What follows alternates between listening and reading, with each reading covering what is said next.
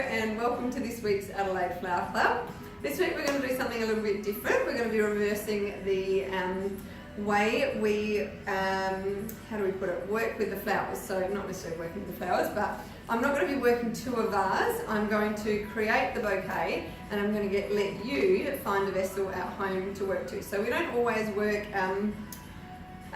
specifically for a vase, but the design we've got, you could have a range of different vessels at home. You might want to cut your stems shorter after you've done the bouquet and find something that will give a little bit of a cottagey feel, or you can keep them longer and taller if you've got a nice tall kind of skinny style vase. So I'm going to leave that one up to you, but I'm just going to run you through the actual structure of the bouquet. So we've got some beautiful things this week.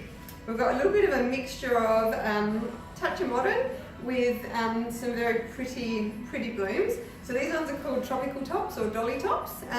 Nice little blooms. The colour really wowed me, so we're making the colours all work together. So these guys are going to pop a little bit. We have got some wax bud as a little bit of a soft feature with little buds on the ends. We've got some gorgeous, these are a beautiful premium rose or gold roses. So these guys are apricot. We've got pink lysianthus, everyone's favourite.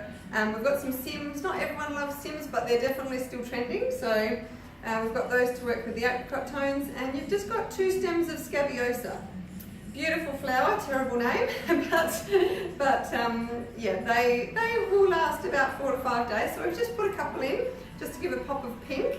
And it'll bring out the pink tones in the sims and blend beautifully with apricots and pinks. So, if we start with our dolly top, just if you've got a slight bend to it, if you just turn it around so it's facing towards the front of the bouquet, with your wax bud, you may have one big long stem, or you might have a couple of shorter stems like this guy.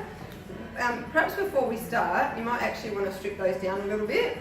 They've got the fine needles on them. They're not spiky or anything. It's just more that they're more of a pain to get off. So you do want to make sure you remove those before you put your bouquet in water, because otherwise it'll build the bacteria up really quickly. So I'm just going to create a little bit of a greenery base with the wax bud next to the dolly top. I want this to be a feature of colour as a contrast against the pinks and apricots. So dolly top. And just work your foliage around the front of the actual bouquet. Okay. I just want a really soft feel with it, so I don't want to get too fussy. I actually want it to be kind of nice and loose and okay. Removing your greenery as you go. Oh, one's a bit tricky. Just kind of framing it. You don't have to use it all to the start. I'm going to save that little bit because I might add it at the end. And we're starting with our bigger bloom, the roses. Okay. So if you just feed the stem of the rose through towards the back. Okay. Look at that beautiful contrast. It really makes it pop. Then I'm going for a bit of a triangle shape with my tri of the roses. 1, 2, 3. You can play with your foliage afterwards anyway, so don't stress about it too much. It will move a little bit. Now, the scabiosa, I'm going to go through the centre, and I'm going to keep the 2 stems together. Just thought it'd be nice for you to have a play with using 2 obs this week. They're a smaller bloom, but they work really pretty. Look at that. And the apricot's got a bit of a blush of pink through it as well. Okay.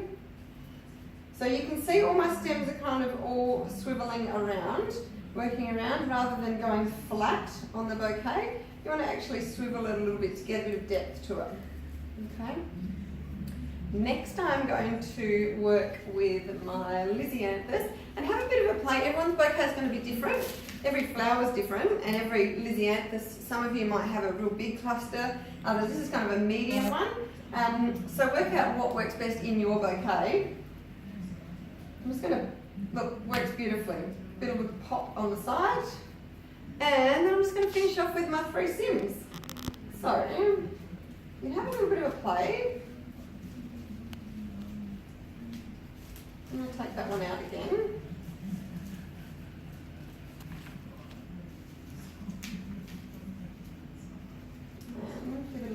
space around the side. Okay. With your stems, you've got this kind of foliage on the bottom. Just make sure you remove it as well. Look at that. You've got your pinks and your apricots. And one of these at the back. Feed it through just gently. Make sure you're holding your bouquet fairly loose. Nothing too tight. Otherwise you're going to break the stems. Careful with your stem carnations because they will break fairly easily. Alright, so